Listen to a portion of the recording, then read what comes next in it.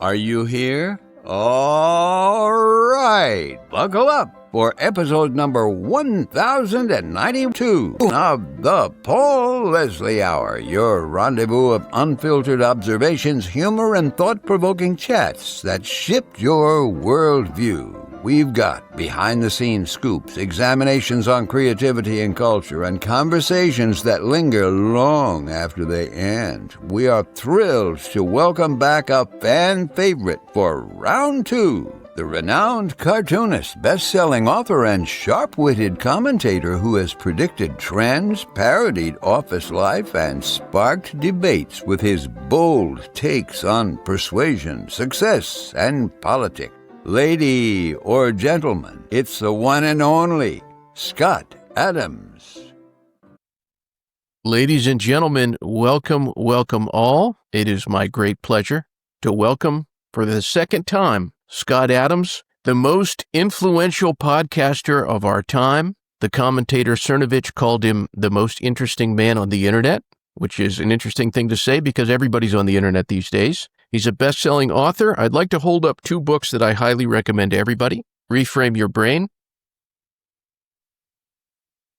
How to Fail at Almost Everything and Still Win Big. And as many of you know, he is also the host of Coffee with Scott Adams, which the only thing more impressive than surpassing 3,000 episodes is 3,001 as of today. Our friend Jay Lemons, he commented that is about 15.85 gallons of sips. So, Scott Adams, such a pleasure to talk to you again. Thanks for having me again. That's a lot of sipping. It's a lot of sipping, and I've been pleased to be able to be sipping to so many of them, but not all 3,000. You know, it occurs to me that your show is very, very much, it's undeniably different from other podcasts. It feels different. There's a very different tone to it. Would you say, is it by design, or is it just kind of a natural evolution that's happened? Well, those are maybe not different things. Part of my design process is letting things just unwrap the way they should unwrap. So it all started one day when there was the old Periscope app on Twitter, and you could do a little video with your handheld phone. And I just turned it on one day to see what it was all about, and maybe 5 people joined me or something. And I thought, that's a cool toy. So I told some of my other audience about it and did it again. And, pretty soon there were 100 people. But it was just me with a very bad technology with no real plan. I just turned it on and started talking. And I'd do it for as long as I wanted, whenever I wanted. There was no structure to it. But people liked it. So my design process is I try a lot of things. That was just one of probably a dozen different things that I may have tried just that year. Just to see if there's any traction. And it did. So incrementally and without having any grand plan, I would make little improvements. Pretty soon I had an iPad instead of a phone. Next thing you know, you get a microphone. Then you think, well, why don't I stream this on other platforms? And then you've got 2 devices, and then Rumble comes up with the Rumble Studio, so you can do multiple platforms from one feed. Then you teach yourself how to do that, and then you get some ring lights, and you teach yourself how to do the lighting. It's sort of part of it. I'm an autodidact. I like just figuring out stuff that I haven't done before. So part of it borders on hobby. If I buy a new mixer and try to figure out all the audio engineering of it, I'm kind of having fun if it works out. Otherwise, I'm doing a lot of swearing. But so I took the direction of what the audience told me they liked, and I did more of that and less of what they didn't like. And then I started getting more prepared because the audience was bigger. So, you just feel that extra responsibility. It's like, oh, it's not 100 people. Now it's, might be 10,000 people watching it live, and then maybe 100,000 watching it recorded. So it makes me think, maybe I should raise my game a little bit. Then you experiment with different takes and find out, what is your audience like? And, if I come at it from the persuasion angle, do they like that best? And the answer is yes. And then it sort of crafts itself over time, just because I literally do it live. So the comments are going as I talk, and I can see if they like it or don't like it. because they're pretty brutal if they don't like it. So I can immediately switch. So I've got this symbiotic situation with my audience, because I almost always do it live, that I don't know that the other podcasters get if they record it and then just play it back. You use this word symbiotic. I recall after Charlie Kirk was assassinated, right after, you went live and you said, I just wanted to be there for you all. I wanted to, I just want you to not be alone. And it made me think, wow, it really struck me, and it touched me as well. But do you feel a sense of duty to your audience? Is it more than just, you said it was a hobby, but would you call it even a duty? I wouldn't like using that word for something that I see as in the social domain. Duty implies some negativity, I think. Like you have to do it whether you wanted to do it or not. My situation is I do it when I want to do it. So I'm as much a recipient of the benefit as the audience. And that's the part where it's symbiotic. It's good for me, it's good for them, so I do it. That's about the extent of that thinking.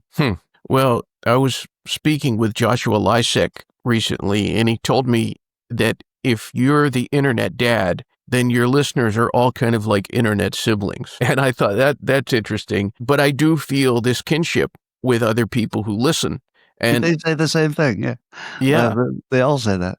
What do you make of that connection? The connection that we all have with one another as listeners? Well, again, it wasn't something I planned. It was the nature of the live stream. So if the same people showed up at the same time, they'd recognize each other in the comments, and then they would start sort of making friends. And then there were a few people, I won't name names in case they don't want me to, but there were some people who became sort of celebrities within the chat group, and others liked that situation because it gave them almost like a structure. Like there was somebody to complain to. There was somebody they knew they could talk to who would always get back to me if it was important. So it just sort of spontaneously created what the audience wanted. Well, it's a really nice thing. And for the record, because people have asked me quite a few times, I am not the Paul that's mentioned at the beginning. That is not me.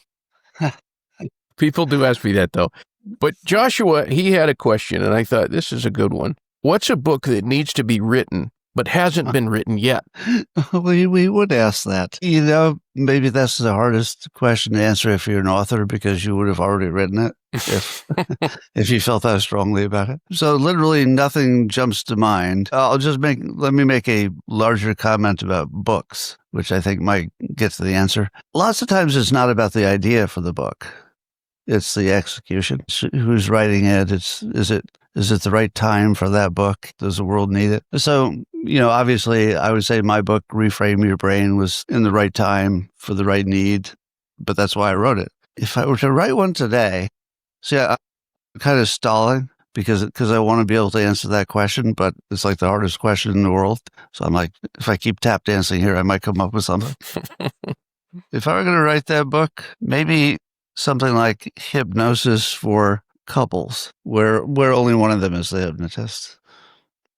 Because it's provocative, and you would learn a lot about hypnosis and how the brain works and stuff, just sort of walking somebody through the idea of it. What if you trusted your partner so much that you would let them tinker with your brain for mutual benefit? Because there's no winner or loser. It's more like a coach saying, well, if I could coach you out of some anxiety or whatever it is that's bugging you, would you be up for that? Usually doesn't work with couples.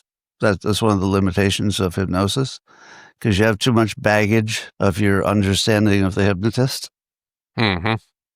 It's better if the hypnotist is just somebody you paid a couple $100 to spend an hour with or whatever. Well, shifting gears just a bit here, Scott, what do you admire most in another person? I tend to be impressed by effort and, of course, character. And if you put those two together, usually somebody gets a pretty good result. So hard work just always impresses me. And my general feeling is I came from a modest country upbringing where we did every kind of physical labor you could ever do for money. To me, all work is sacred, and it doesn't matter what it is. If it needs to get done, it's sacred. It has to be done. Yeah, I think just putting in the work is what impresses me the most. Good answer. Well, I'd like to talk about some of your podcast peers. Now, a lot of people listening are probably saying, Scott has no peers. But what podcasters out there do you trust? Who do you think is the creme de la creme? Well, it's interesting you'd use the word trust, because a lot of the podcasts I watch for the entertainment value, not because I think they're going to change my mind. So, do I get entertainment from watching Candace Owens pursue a hypothesis that on the surface seems, just mad, but then she goes down the path and you're like, oh, well, that kind of made sense. And all of a sudden you're having fun. You're not necessarily embracing whatever it is she may be focusing on, but you're just having a good time. So that I love. Tucker, same thing. I'll listen to Tucker talking about aliens and interdimensional beings all day long because he's just great. He's just great at what he does. But if you're talking about trust, Megyn Kelly is very high on my list because she's got the full talent stack, the legal, the podcasting, the government stuff, basically everything, and has a good track record of being straight with her audience. So I'd put her right near the top. And I think the Daily Wire guys are great. Again, it's not for me to agree with them, but if I'm watching Matt Walsh do an hour that looks like he doesn't use notes, and the whole time I'm just sort of so impressed at the level of skill he brings to the job that it almost doesn't matter what he's talking about. He's that good. So you can enjoy the podcast at all kinds of different levels, but credibility, do you have a name you want to bounce off me? Anybody you wonder if I think they're credible? Well, I'll get in trouble here. There's one person that you mentioned here, and just in preparing for this interview, I have watched pretty much every Scott Adams interview known to man. I've really dug, and I have to say, the one that kind of, to me, I was like, this was a good interview. She did a great job. And we are living in the era of Megyn Kelly. I mean, it's amazing what she's done, and it just seems like she's getting bigger. On a personal note, I just won tickets to see her live. Fun. But she's become a juggernaut. What do you think makes her so effective? Doing everything better than everybody else. That'll do it. No, obviously she has... I mean, I can't know this because I'm not close enough to it, but she must have some business sense, even if it's just making sure that the right business people are working with her, because everything looks like the right move. She's got the right, just her talent stack is from top to bottom. She never repeats a word. She never bores. She makes every topic sound interesting, which is really hard. She's got the look. She's got the production crew. What doesn't she have? She's got the full clip factory. That stuff doesn't happen by itself. That's all her. Yeah. I was talking to a guy not long after Trump's re-election, a guy who, he doesn't want to be named, but he's a pretty big person in politics. And he was telling me that everything opened up with Trump. And he said, Paul, gone are the days where you can't talk to somebody that you're interested in because other people won't talk to you. That's all gone. What do you think of that kind of take? Well, I don't get out of the house much lately, so I haven't noticed the difference. So it's just saying that you can talk to people romantically or talk to people just in general? I assumed that he meant there was this period of time when people were using this verb, and Tucker has talked about this a lot, the use of platform as a verb, where somebody says you platform this person. And to this guy's point, after Trump won, you see mainstream people like Bill Murray going on Joe Rogan. Whereas before he was kind of like a persona non grata, but it seems like everything's opened up. Yeah, that I've seen. Absolutely. Yeah, just see who's cross-pollinating whose podcast. There are some people who are, I would say, doing more to make that happen than other people. Your comic Dave Smith, be willing to platform with, Fuentes. Doesn't have to agree with him. That's not what it's about. But just the fact that he's making it safe, just making it safe for other people to cross-pollinate a little bit. Because I feel like if you're not seeing what everybody's saying, at least the big influential people, if you're not seeing what the influential people are saying, you kind of don't know what's going on. So the whole thing about needing to agree with them to be on the show or agree with them to watch it, I feel like that's sort of passé. There was a time not too long ago during the first Trump election where I felt I often needed to say, even without any prompting or anything in my life that would suggest I needed to say it, I would say, I just need to tell you that I reserve the right to have contact and communicate with anybody, and you're never going to change that. So I was saying it preemptively because I knew sooner or later I'm going to talk to somebody, then somebody says, you can't talk to them. And then I'm going to say, all right, for 5 years, I've been telling you, I can talk to anybody I want. You can do what you want, but I'm going to talk to anybody I want. You don't get to restrict that. Something I've noticed on your show is that I don't know if this is intentional or not, but you'll give like a little nugget and then a question will pop into my mind. I'll think, I wonder what Scott thinks about this. And the next day you will usually answer that question. So I've been wondering, about this Trump 2028 thing. I thought, I wonder what Scott, like, if it became somehow possible, how would he respond to the idea of Trump being on the ballot in 2028? And you answered that question today, but I'm wondering, what do you make of this as just the world's biggest troll of all time? That it's just a way to just really, because if you think this is the end of your world with Trump being in office, if you're like an older brother tormenting his younger brother or younger sister, it's like, well, guess what? There's more coming. You know what I mean? Well, I always talk about Trump never leaving money on the table.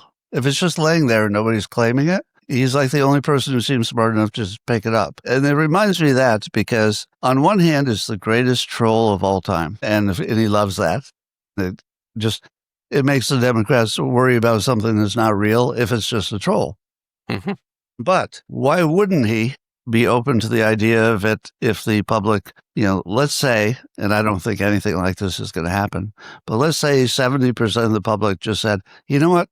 We want you for a third term. You did so good. And the person you're running against, we just found out, or the person you potentially would run against, is just so bad that we want you. In the highly unlikely world where that could happen, why not have the door open? It's just free money. So when I look at him sort of preparing himself just in case somebody wants to give him some free money, that's all I see. I don't think he takes it seriously because there's no real path. And the only way there could ever be a path, and maybe this wouldn't even work either, is if something like a gigantic percentage of the public said, yes, we want a king and we want it to be you. After that, we'll go back to the old way. We don't want it permanently.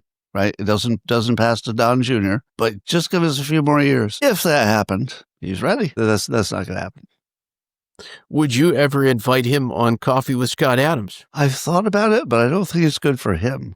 I don't like to open up an attack vector, although I believe that he might say yes, because he's just not afraid of that stuff.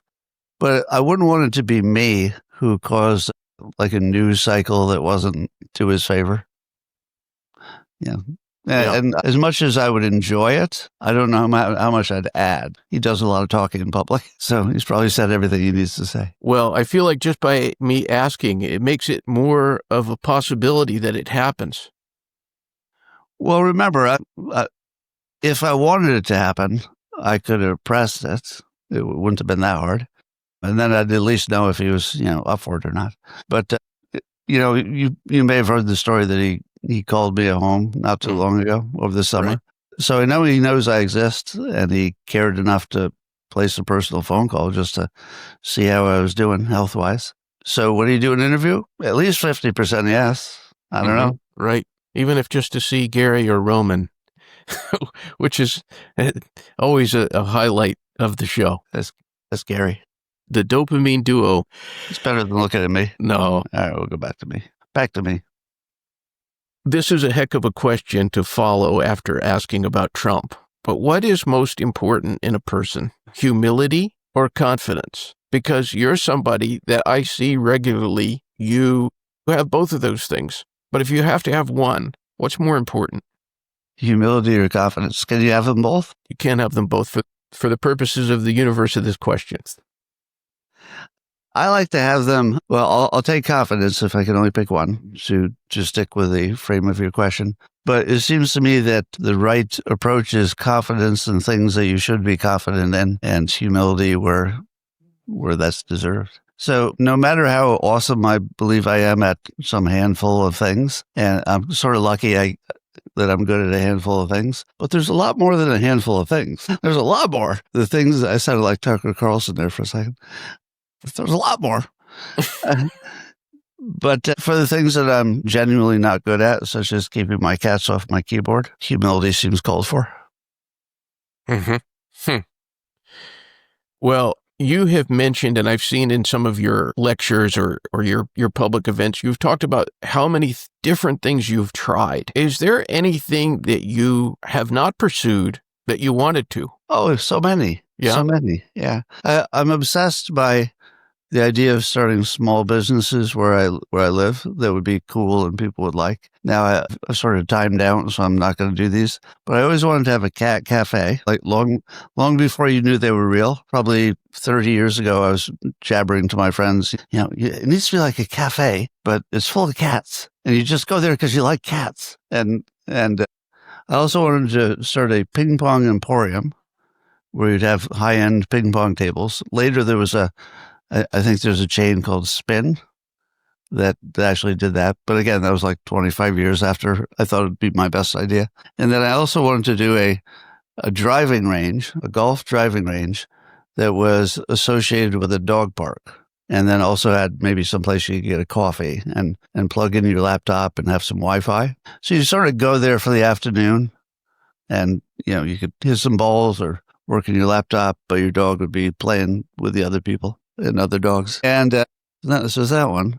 And then there was the retirement home that would be attached to two other businesses. One would be a storage business because all the old people need to store their stuff. And the other would be a dog park or a dog boarding so that the dogs would be brought by the owners in the morning. And then the old people would get to have the dogs playing around all day. And then the owners pick them up whenever they want to pick them up. And then my idea of the old folks home that's built in sort of a horseshoe or has sort of a courtyard that's a soccer field or a sports field. So it's designed so all the old people can go out on their balcony facing that direction and watch, let's say, high school sports. And then they would just have access to the field because it would just be a free field to play on.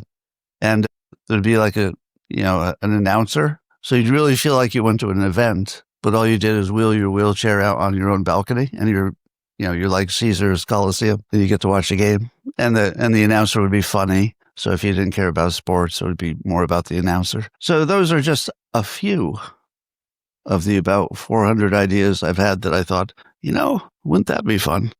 You have a great imagination. Do you tend to remember your dreams? I don't dream. You don't? I don't remember any dreams. One assumes I dream, but I don't remember any dreams now. I am a lifetime partaker in a now legal in California substance that eliminates dreams, let's just say. I don't miss them. I have sometimes the silliest dreams right as I'm waking up. And I would like to tell you about a dream that I had that involved the Coffee with Scott Adams universe. Okay, so this is just as I was waking up. I had this dream that you were doing a game show. And you had all these different contestants, and they all had very unusual last names like Cernovich and Gregorian and Plemons and Lysek. And you started out, and this is right when I woke up, you said, the coffee is real. The contestants are real. The news stories are total hoaxes. And then I woke up. That sounds like Greg Gutfeld's game show on is it Fox Nation? Yeah, maybe that's where it blended together or something. The contestants are locked away for a month, so they don't know what is the real news. And then the contestants have to guess if the madness was real or fake. Pretty good idea. Maybe it seeped into my subconscious or something. Maybe. You have said a number of times on the show about the fact that you're not a religious person, but I've heard so many people, and so many people have told me again and again, they say, I'm praying for Scott with all the health stuff that you're facing. I'm wondering how do you respond to that? What is it like? Does it mean something to you when people are telling you they're praying for you? Totally. Somehow, I don't think we understand how the universe is put together. So when I say I'm not religious, I'm not saying that I know what's true and other people don't. I'm not saying that. I don't think anybody knows. I think that our brains did not evolve so that we know kind of base reality. We just all have a little movie we're running around with. So if people are showing me kindness by telling me that they're praying for me, it's the kindness that I can feel. And that's very palpable. If there's more to it, much like my earlier story about Trump, why wouldn't I leave the door open? There might be something divine that I have not detected yet that would kick in any moment. And it would be the timing would be really good for that if it kicked in. So very, very positive about religion because I simply observe, and I think the science shows that people who have a religious lifestyle just do better. It's just a better lifestyle. If I could imitate it, I would. But not everything works for every person. It has to fit you. So I just find it a compliment. I find it, I guess, inspirational, meaning it helps me. It helps me get to the next day knowing people care. And if it does more than that, that would be great. You were mentioning today, you were saying, you've never said overtly, I'm a conservative or anything. You said, I tend to prefer being around conservatives. But it's interesting to me that the people in the Scott Adams sphere, it seems like the most religious of the conservatives are people who really, really like you. Like Posobiec, Cernovich is really religious. It's interesting, isn't it? Well, but that would be true of conservatives. I mean, it's hard to find any who are not. And that's one of the reasons I don't like to brand myself as conservative, even if I've got a lot of overlap. But it's more policy overlap, less lifestyle overlap. Is there a compliment that has meant the most to you through the years? Probably. I feel like I was just thinking about this the other day. Let's see if I can dredge this up. I remember, so years ago, there's a show called Babylon 5. You ever heard of that? Mm-hmm. Sure. And I was invited on because long story. So I was invited on as like a few lines. And so there was a little cast get together. And then the Straczynski, was it R.J. Straczynski? The showrunner who wrote basically every episode. I had complimented him as a writer, which is, I think, what got me invited on. And he said, brought everybody together, and it was sort of to, let's say, call me out as being their guest. And he said that, talking about himself, he says, you're not a writer until a writer says you're a writer. And then he was saying that I had given him the sort of the Wizard of Oz compliment, that he didn't know he was a writer until I said he was a writer. And in the weird world of writers, that came off as a really good compliment to me, that he thought I had the ability to simply deign him a writer. And I thought, do I get to do that? And it's not just me, of course, but have I reached a level of writing where if I say you're a writer, you're a writer? Because I wasn't aware of that. And so that always stuck with me as a great compliment, because he's a great writer. Great writers can make great compliments. So that stuck with me. That is a good compliment. We are going into the semi-quincentennial of America's birth, 250 years. You've commented a number of times on the show that you are America's first. This is the nation of your birth. Scott, what is America to you? Well, I try not to be limited by things like dirt.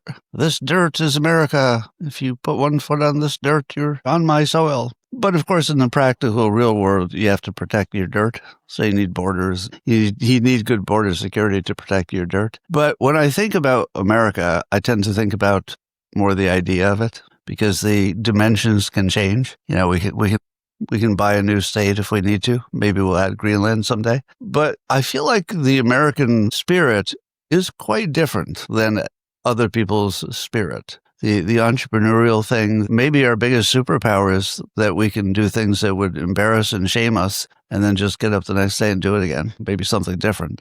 But we're not stopped by embarrassment or shame. We're not stopped by much. We're a plucky kind of a people. But beyond that, one of the reasons I've been far more pro-Mexican, pro-south of the border, saying again that we need great border security. That's a separate topic. But I love the people because they tend to be more American than the Americans. The Mexicans who come over, they love their God, their hard work, their family. And that's what they love. And so if that's not American, what is? That's sort of my prototypical perfect American. And they tend to be, they want to contribute. They want to be American. The ones I know anyway. They want to be on the team. So to me, that's about as American as you can get. But I realize it's a practical world and can't let everybody in just because they have the right attitude. You said before that you think that you think differently, and it does seem that you do. Can you give us an example of how you think differently? Well, does everybody think differently? I guess the one way I think differently is maybe a minor version of what I've heard Elon Musk describe about his own inner thoughts, sort of a blizzard in there. He said explicitly, if you could trade places with me, maybe you wouldn't, if you knew what's in my head. Now, I don't have that much action in my head. I don't know if anybody else does. He's a one-off. But there's a lot going on in there all the time. And I don't have a sense of how different that is because you don't know how anybody else sees anything. But the number of wild ideas that go through my head that I don't reveal is astounding. I just don't know how normal that is. So when you ask me if I'm different, honestly, I don't know. I know that I say different things, which would be a pretty good indication of a different thought process, but not entirely. It might be just the one difference is I'm willing to say stuff. Maybe that's the difference. And I do observe that I probably have a greater creative muscle than 99% of the world. But I also don't know how much of that is natural. Definitely some of it's natural. And how much of that is because I create something several hours a day, every day, 7 days a week for 35 years. Yeah. Sooner or later, it becomes your habit creating. So I don't know how to turn that off. My creative gene is going all the time. I'm hoping I can get your take on this. From a persuasion standpoint, let's say somebody, they have an opportunity that comes their way and they're being offered to make a kind of introduction, and the other side is so much bigger. In other words, you're thinking about yourself. You're thinking like, wow, I don't bring much to this equation. Like, why would they do this to me? But yet the introduction, the opportunity presents itself. How do you think the person that has less cards on the table or less money on the table, or however you want to put it, how do they persuade the big fish or the big company to make a deal? Well, this sounds like something that's not hypothetical. You're right. You're right. I'll give you some really good advice on this. It had to do when I first got offered my first syndication contract. So that's the big break for a cartoonist. So this is, decades ago. And so it was the biggest company in the business, the same one that syndicated at the time, Garfield and Peanuts. And that's the group that was offering me something. So obviously I had zero negotiating power. Would you agree? I'd never published anything. And they were the biggest company in the world. And they were interested in working with me to see if we could do a deal. So I got a lawyer, and then we just bitch slapped them for 6 months until they gave me everything I wanted. And why? Because I knew something I'm going to tell you right now. Talent is rare. When they found me, they didn't want to lose me. And I knew that they don't make the offer to more than a handful of people per year. So if you're in maybe one of 3 people that they picked all year to maybe handle, they're invested, meaning that they looked at everything else and you were in the top 3. So the big company doesn't waste their time and talk to the little fish unless they're impressed, but they don't want you to know how impressed they are because that hurts their negotiating. What I've never seen done is somebody walking away if you were polite and professional but couldn't kind of make a deal. They're still going to circle around and see if they can make it work. If you're a jerk, well, then, they'll say, I got to work with somebody else. But if you're polite and professional and you hold your value, the odds of them really being flexible and really treating you like you should be treated are excellent. So it would be easy to underappreciate your value.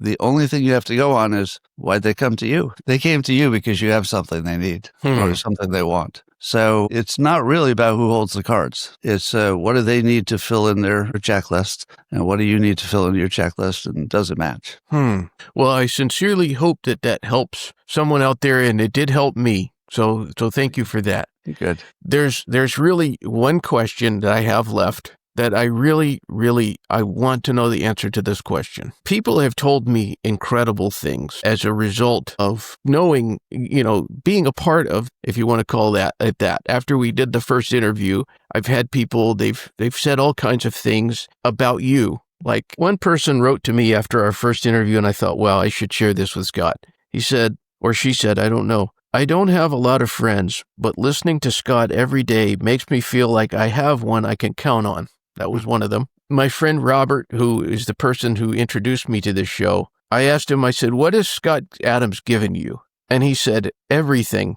He's given me everything. So this is really the question I want to know, and I really do hope you will answer. Scott, do you have any idea? Do you know how much you mean to people? Probably not, but I did have the incredible experience of when I thought I was going to die a little sooner than I apparently am, and I announced it. I didn't know that it would create this funeral kind of situation where people would want to tell me how much I meant to them before I went. And there were hours of it. Owen Gregorian would do a Spaces event on X, and there would just be 3 hours of people saying how I'd helped them in some way. Everything from losing weight to getting raises to every damn thing you can think of, and including just being there as a friend. Because I do tell people, if you need a virtual friend, you can find me every day. I'll be your virtual friend. And it does mean a lot to a lot of people. So I don't have a way to measure it, to answer your question specifically. So no, I don't know. But it's a lot. And the books really are a big part of that, because they do the work when I'm sleeping. And the books have meant a lot to people as well. So no, I don't have a way of knowing, but I've said this in public before, that when I got my first divorce and I lost my entire family because it was stepkids, so you don't get custody over stepkids. So basically my life went from this full life to just empty, except for my job. And I just promised the universe that I would just donate myself to the universe. And normally you do that for your family. But since I've been stripped away, at least for them, I donated myself to the universe. And that's when I started writing books that were specifically to help people have a better life. And that worked out. So people wanted to hear what I had to say on that. And a lot of people built talent stacks and started doing systems over goals and some of the other things I was recommending. And their lives just turned around. And then, that, of course, incentivized me more to do more of it because it was so rewarding.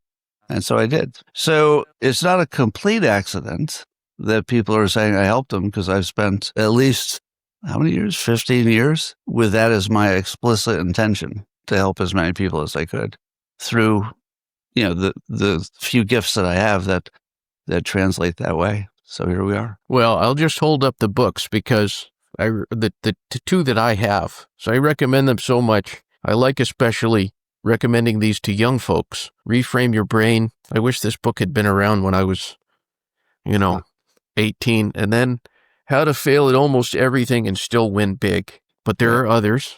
If you're looking for that second one there, do the one with the blue cover, because that's the second edition. That one's the first edition. Second edition's the same, but I'm allowed to sell it. I got you. Look for the blue one. Yeah, the blue one. Well, this is always hard to answer, but anything you'd like to say in closing? Anything else for the folks out there? No, I think we covered everything. I think we got it all. Great. Well, Scott Adams, what a pleasure. It's my pleasure. Thanks, Paul. Thank you. We thank you and appreciate you dropping in for the Paul Leslie Hour today. You can help the Paul Leslie Hour in our mission to provide independent media content like this by visiting www.thepaulleslie.com/support. We truly thank you. This is your announcer speaking. Performance of The Entertainer intro song and Corina outro song, courtesy of John Premerano. Well, that's it for today. So until next time, be safe and be good.